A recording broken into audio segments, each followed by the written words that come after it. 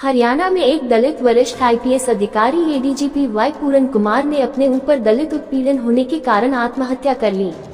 वहीं कुछ दिन पहले सुप्रीम कोर्ट के जज के ऊपर जूता फेंकने का प्रयास किया गया। रायबरेली में दलित युवक की पीट कर हत्या कर दी गई। उनके परिवार से मिलने जा रहे प्रदेश अध्यक्ष अजय राय को पुलिस ने रास्ते में ही गिरफ्तार कर लिया। इस संबंध में रामबरन गौतम, वरिष्ठ नेता कांग्रेस एवं पूर्व चेयरमैन उत्तर प्रदेश कांग्रेस कमेटी अनुसूचित जाति विभाग जी ने क्या कुछ बताया, आइए हम आपको दिखाते हैं। गौतम जी, अभी हाल ही में हरियाणा में एक दलित वरिष्ठ आईपीएस अधिकारी एडीजीपी वाई पूरन कुमार ने अपने ऊपर दलित उत्पीड़न होने के कारण आत्महत्या कर ली है। इस संबंध में आप हमारे चैनल के माध्यम से क्या कुछ बताना चाहेंगे? जी, आप जो सवाल इस समय उठा रहे हैं, हकीकत यह है कि दलितों के ऊपर दिन पे दिन अत्याचार बढ़ते जा रहे हैं। ये रुका ही नहीं है। आज का जो माहौल है, बड़े दुख के साथ कहना पड़ रहा है कि आप जिस अधिकारी की बात कर रहे हैं वो एडिशनल डीजीपी रहे, एडीजीपी हरियाणा में। इतने बड़े पद पर होते हुए उनको लगभग 5 सालों से प्रताड़ित किया जा रहा है जात सूचक शब्दों से। टीम मंदिर पे जाती थी, मंदिर में घुसने नहीं दिया जा रहा था। तरह तरह के उन्होंने जो आरोप लगाए हैं, जब उनसे बर्दाश्त से बाहर हो गया है, तब उन्होंने पत्र लिखा अपनी पत्नी के नाम और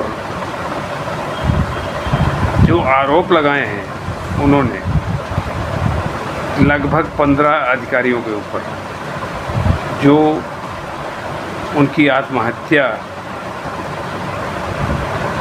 करने पर जो मजबूर किए हैं उनको, उन 15 लोगों को साफ ये सरकार बचा रही है। आखिर जो एडिशनल जो वहाँ का डीजीपी है, उसको क्यों नहीं बर्खास्त किया जा रहा है या उसके ऊपर कार्रवाई क्यों नहीं की जा रही है? एसपी का मात्र ट्रांसफ़र कर दिया गया है। ट्रांसफ़र क्यों किया गया भाई? और सत्यजीत कपूर साहब जो हैं, जो वहाँ के डीजीपी हैं, डीजीपी को जब उन्होंने अपनी पूरी बात की तो उसको भी उन्होंने दबा दिया, पूरे केस को दबा दिया उन्होंने। तो उनकी आत्महत्या जो उन्होंने की, उसमें उनका भी रोल रहा है, जो उन्होंने अपने पत्र में लिखा है लगभग 15 अधिकारियों। ये जो इनके मंत्री और कुछ आईएएस अधिकारी वरिष्ठ गए उनकी पत्नी से मिलने के लिए, वो केवल 2-3 अधिकारियों की बात कर रहे हैं। क्यों? आखिर ऐसा क्यों कर रहे हैं? मैं ये जानना चाह रहा हूँ कि हरियाणा सरकार को छोड़ दीजिए, हमारे देश के प्रधानमंत्री माननीय मोदी जी क्या कर रहे हैं? वो क्यों चुप्पी साधे हुए हैं? इस मामले पर क्यों नहीं बोल रहे हैं? भाई, देश के सीजीआई पर जूता कांड कर दिया जाता है, तब भी वो चुप रहते हैं। करीब 9 घंटे बाद थोड़ा सा छोटा सा ट्वीट डाल देते हैं। भाई, सीजीआई यानी सुप्रीम कोर्ट का चीफ जस्टिस, उसके ऊपर जूता फेंक दे रहा है एक ब्राह्मण व्यक्ति, वो भी 71 साल का, अपने आप को एडवोकेट कह रहा है सुप्रीम कोर्ट का, जो कि एक आरएसएस का आदमी है। उस पर भी कोई कार्रवाई नहीं हो रही है। हमारे देश के अंदर इतने दलितों पर अत्याचार हो रहे हैं, दलितों की हत्या कर दी गई है। अभी हाल में ही हरिओम वाल्मीकि नाम का, जो रायबरेली के अंदर, उसको पीट दिया जाता है। वो जब उसको मारने लगते हैं लोग, तो वह राहुल गांधी जी का नाम लेता है, जबकि हकीकत ये है कि गांधी जी के भी जब गोली लगी थी तो उन्होंने आखिरी में हे राम कहा था, राम का नाम लिया था। लेकिन ये कार्यकर्ता, ये व्यक्ति जो दलित समाज से आता है, उसको जब मारा पीटा गया हरिओम को, तो उसने राहुल गांधी का नाम लिया, क्योंकि उस दलित को राहुल गांधी से उम्मीदें हैं। इस देश के सभी वर्गों को, लोगों को राहुल गांधी से उम्मीदें हैं, लेकिन वहाँ के लोग जो थे वो कहने लगे कि राहुल गांधी नहीं, हम लोग बाबा के आदमी हैं। बाबा का आदमी कहकर उसको मार मार के उसको जान से ख़त्म कर देते हैं।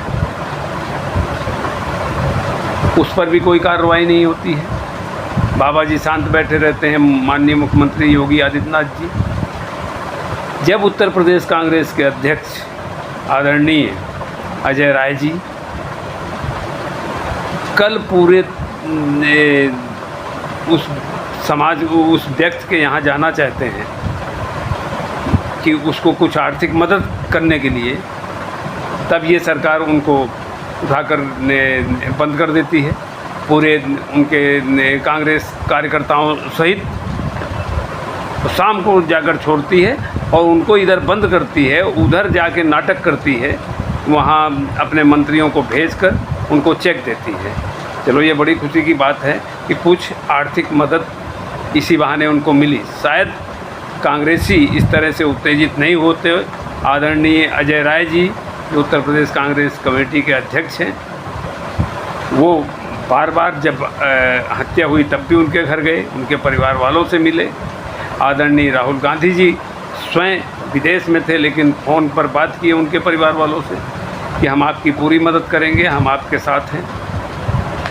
ये सब देखते हुए जब कल आदरणीय अजय राय जी, जो उत्तर प्रदेश कांग्रेस कमेटी के अध्यक्ष हैं, अपनी टीम के साथ उनको आर्थिक मदद के लिए देने के लिए जाना चाहते हैं, तो उठा के इनको यहाँ पर बंद कर दिया जाता है और शाम को छोड़ते हैं और दिन में अपने मंत्रियों से उनकी कुछ मदद कर दी जाती है। इसके बावजूद भी जब तक उनको पूरा न्याय नहीं मिलेगा, तब तक हमारे अध्यक्ष अजय राय जी, राहुल गांधी जी सब उस परिवार के साथ हैं। मैं सिर्फ ये कहना चाह रहा हूँ कि इस बात को बार बार कहना ठीक नहीं कि योगी जी की भाषा क्या है, वो किस तरह से लोगों को जो बातें कहते हैं, जनता उत्तेजित हो जाती है, क्योंकि उनकी भाषा एकदम गुंडों वाली भाषा है। वो एकदम धमकी भरे वर्ड में बोलते हैं, धमकी भरा शब्द इस्तेमाल करते हैं। खैर, ये योगी जी के बारे में ज़्यादा कहना ठीक नहीं है। मैं इस समय देश में जो अराजकता फैली हुई है, सीजीआई को जूता फेंका जाता है सीजीआई की तरफ से। माननीय सीजीआई BR गवई साहब उसको माफ़ कर देते हैं। अब क्या सोचकर, या वो इतने विद्वान हैं, उन्होंने माफ़ कर दिया, लेकिन क्या इस सरकार को उस व्यक्ति को माफ़ करना चाहिए?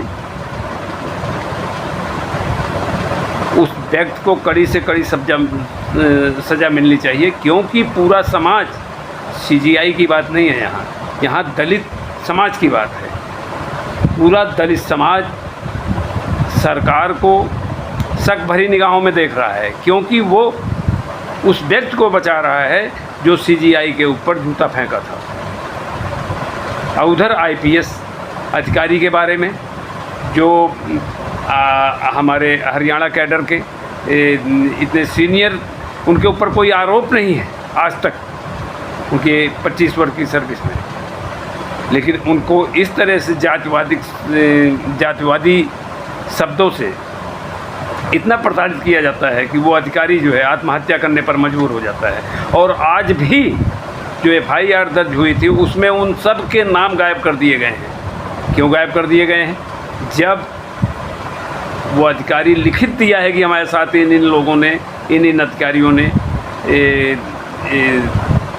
गलत व्यवहार किया है, जो भी आरोप लगाया है उन्होंने, उसके आधार पर उनकी पत्नी सीनियर आईएएस जो बेचारी विदेश में गई हुई थी अपने सरकार के भेजे हुए जत्थे के साथ, जब उन्होंने आत्महत्या का सुना तब वो वापस आई।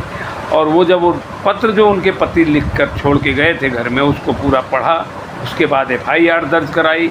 तो एफआईआर जब दर्ज कराई उसमें सारी जितनी धाराएं हैं सब कमज़ोर कर दिए, इन अधिकारियों के नाम गायब कर दिए।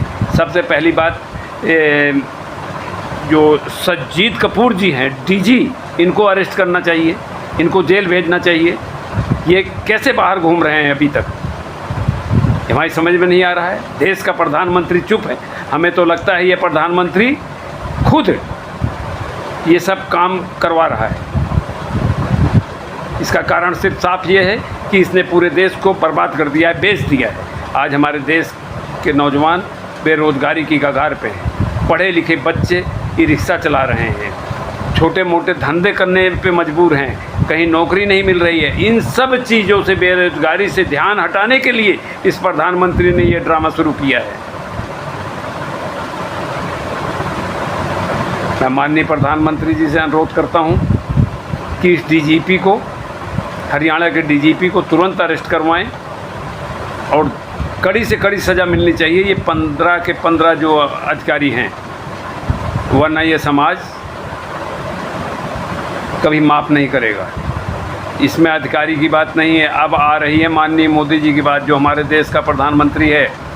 प्रधानमंत्री जी से मेरा अनुरोध है कि इस पे हस्तक्षेप करें और उसकी न्यायिक सुप्रीम कोर्ट के जज से इसकी जांच कराएं और जो दोषी हैं उनको कड़ी से कड़ी सज़ा दिलाने की कृपया करें, ताकि इस देश को किसी आग में झोंका ना जा सके। वरना देश के दलित इतने घबरा गए हैं, उत्तेजित हो गए हैं कि कुछ भी हो सकता है। अभी कल ही बहुजन समाज के लोग अखिल भारतीय कांग्रेस कमेटी अनुसूचित जाति विभाग के राष्ट्रीय अध्यक्ष श्री राजेंद्र पाल गौतम जी, जो कि पूर्व मंत्री भी रहे हैं दिल्ली सरकार में, उनके नेतृत्व में डॉक्टर भीमराव अंबेडकर भवन जो दिल्ली में है, वहाँ से उन्होंने हजारों की संख्या में पैदल मार्च संसद भवन तक के निकालने का प्रयास किया, लेकिन उनको भी रोका गया। कुछ दूर जाने के बाद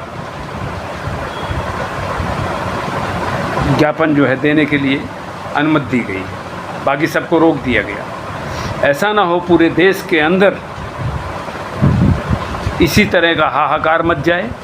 इसलिए इससे पहले कि दलित समाज उत्तेजित हो जाए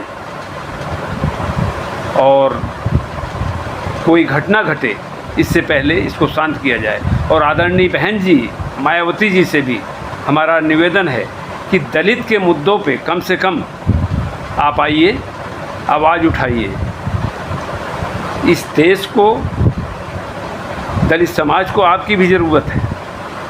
अगर आप नहीं आएंगी तो कांग्रेस तो काम कर ही रही है। कांग्रेस जो है सभी वर्गों के लिए, इस देश के विकास के लिए कार्य करती आई है, आगे भी कार्य करेगी। मैं माननीय प्रधानमंत्री जी से फिर अनुरोध करता हूं कि हरियाणा के जो आईपीएस हैं जिन्होंने आत्महत्या की है, उसमें न्याय दिलाने की कृपया करें। और जो सीजीआई के ऊपर, सुप्रीम कोर्ट के सीजीआई के ऊपर जिस शख्स ने जूता फेंकने का प्रयास किया था, उसको भी कड़ी से कड़ी सज़ा दिलाई जाए। और जितने भी इस देश के अंदर दलितों पर अत्याचार हो रहे हैं, उन पे अंकुश लगाने की कृपया करें।